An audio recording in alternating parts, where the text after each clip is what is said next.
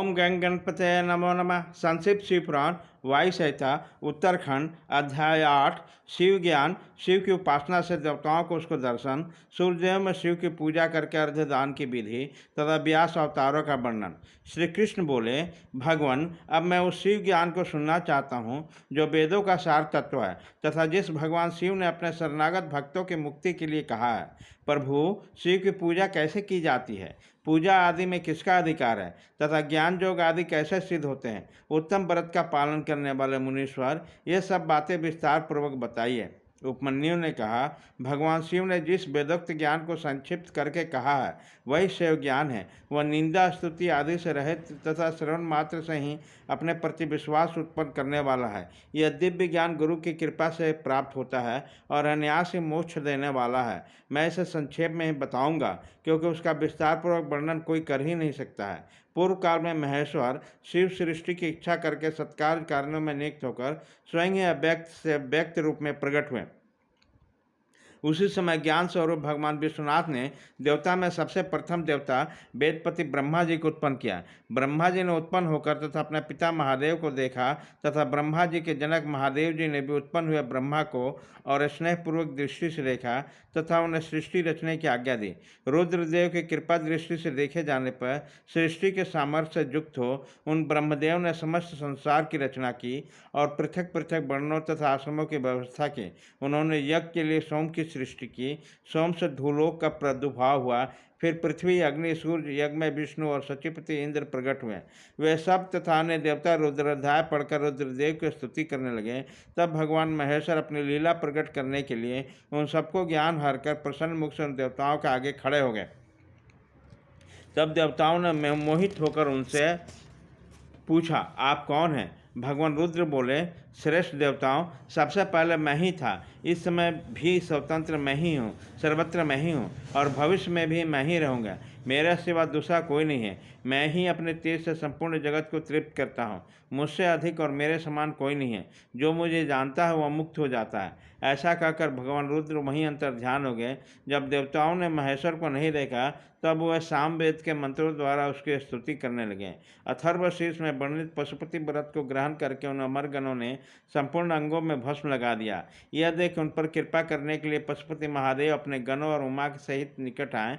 प्रणाम के द्वारा श्वास को जीतकर निंद्रा रहित और निष्पाप हुए जोगीजन अपने हृदय में जिनका दर्शन करते हैं, उन्हीं महादेव को उन देवेश्वरों ने देखा जिन्हें ईश्वर की इच्छा का अनुसरण करने वाली पराशक्ति कहते हैं। उन वामलोचना भवानी को भी उन्होंने वामदेव महेश्वर के वांग भाग में विराजमान देखा, जो संसार के त्याग कर शिव के परम पद को प्राप्त कर चुके हैं तथा जो नित्य सिद्ध है। उन गणेश्वर को भी देवताओं ने दर्शन किया। तत्पश्चात देवताओं महेश्वर संबंधी वैदिक और पौराणिक दिव्य स्तोत्रों द्वारा देवी सहित महेश्वर की स्तुति करने लगे। तब वृषभध्वज महादेव जी ने भी उन देवताओं को और कृपापूर्वक देखकर अत्यंत प्रसन्न होकर स्वभावतः मधुर वाणी में बोले, मैं तुम लोगों पर बहुत संतुष्ट हूँ। उन प्रार्थनीय और पूज्यतम भगवान वृषभध्वज को अत्यंत प्रसन्नचित जानकर देवताओं ने प्रणाम करके आदरपूर्वक उनसे पूछा। देवता बोले, भगवान, इस भूतल पर किस मार्ग में आपकी पूजा होनी चाहिए और उस पूजा पर किस पर अधिकार है, यह ठीक ठाक बताने की कृपा करें। तब देवता शिव ने देवी की ओर मुस्कुराते हुए देखा और उन्हें परम घोर सूर्यमय स्वरूप को दिखाया। उनका वह स्वरूप संपूर्ण ऐश्वर्य गुणों से संपन्न, सर्व तेजों में सर्वोत्कृष्ट तथा शक्तियों, मूर्तियों, अंगों, ग्रहों तथा देवताओं से घिरा हुआ था। उनकी 8 भुजाएं और 4 मुख थे। उनका आधा भाग नारी के रूप में था। उस अद्भुत आकृति वाले आश्चर्यजनक स्वरूप को देखते ही सब देवता ये जान गए कि सूर्यदेव, पार्वती देवी, चंद्रमा, आकाश, वायु, तेज, जल, पृथ्वी तथा शेष पदार्थ में शिव के ही स्वरूप है। संपूर्ण चराचर जगत शिव में ही है।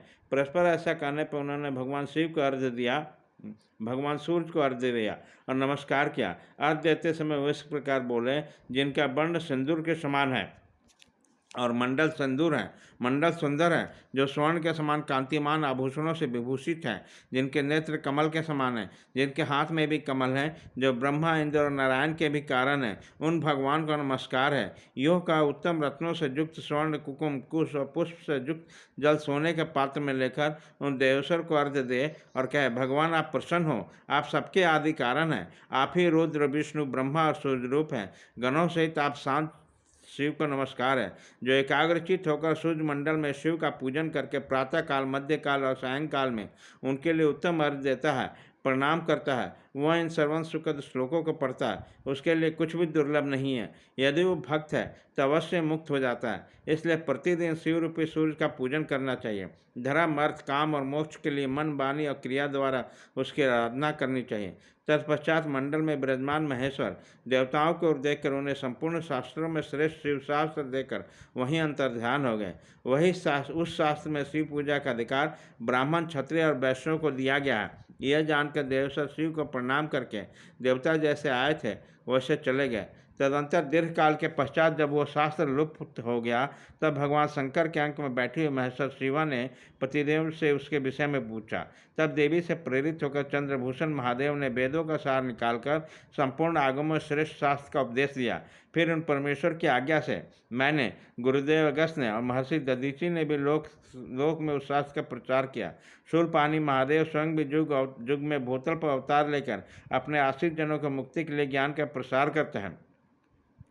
ऋभु, सत्य, भार्गव, अंगिरा, सविता, मृत्यु, इंद्र, मुनिवर, वशिष्ठ, सारस्वत, त्रिधामा, मुनिश्य, त्रिवृत्त, सत्येजा, साक्षात धर्म स्वरूप नारायण, सौरक्ष, बुद्धिमान आरुणि, कीर्तन्य, भरद्वाज, श्रेष्ठ विद्वान गौतम, वात्सर्व मुनि, पश्चिम सुष्मयानी, त्रिन बिंदु मुनि, श्रेष्ठ मुनि, कृष्ण, शक्ति, शाक्तेय पराशर, उत्तर जातिकरण और साक्षात नारायण स्वरूप कृष्ण, दैपायन मुनि, ये सब व्यास अवतार हैं। अतः क्रमशः कल्प जोगेश्वर का वर्णन सुनो। लिंग पुराण में द्वापर के अंत में होने वाले उत्तम व्रतधारी व्यास अवतार तथा जोगाचार्य अवतारों का वर्णन है। भगवान शिव के शिष्यों में भी जो प्रसिद्ध है उनका वर्णन है। उन अवतारों में भगवान के मुख्य रूप से 4 महातेजस्वी शिष्य होने हैं।